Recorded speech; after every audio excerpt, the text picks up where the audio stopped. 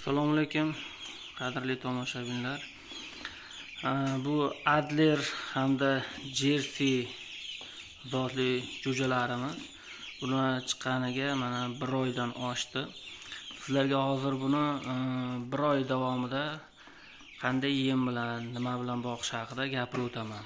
Bu jo'jalarimizni birinchi chiqqanda birinchi 3 kunlikda shirin suv beriladi. Agar iloji bo'lsa uy tuxumlari qirg'ichdan eng maydasidan o'tkazib 3 kun davomida berilsa yaxshi bo'ladi.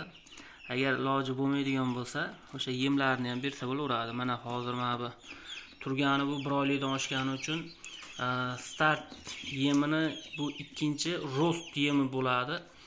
Birinchi 1 oylikda start yemini o'sha maydasi bo'ladi, start yemidan beriladi.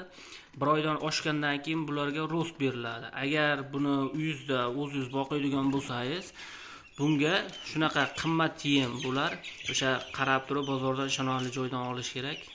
Agar tayyorlab biror joyda sotmoqchi bo'lsangiz, buni arzonroq o'sha 5000-6000 lik yemlardan ham berib boqsa bo'laveradi. Endi bu iloji bo'lsa start yemidan berish kerak. Start yemidan bersa jo'jalar o'zini tiklab olishi, undaqasi yaxshi bo'ladi. Bunga 4 kun, 5 kun chiktonik vitaminidan berib turiladi. 1 hafta bo'lgandan keyin Lasotta vaksinasi bilan emlanadi. Lasotta vaksinasi bilan emlangandan keyin Lasotta vaksinasi bilan emlanganda shu 2 soat oldin suv berilmaydi. 2 soat emlangandan keyin yana 2 soat suv berilmaydi. Bu hozir mana jo'jalarimiz ichida bitta sal qunishganday bo'lib turibdi. Mana ko'radigan bo'lsangiz, mana shu oq, mana shunimiz jinday qunishgan bo'lib turibdi. Jinday qolganlariga nisbatan jinday unaqa qilyapti. Bunga ham hozir dorilarni olib keldik.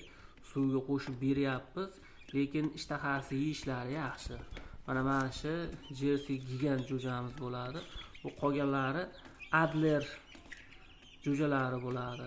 Ichida bitta ikkita boshqa bunaqadagi zotga mansub jo'jalarimiz ham bor. Keyingi sonda bu jo'jalarning kasalligi, ularga nima berish haqida gaplashib o'tamiz.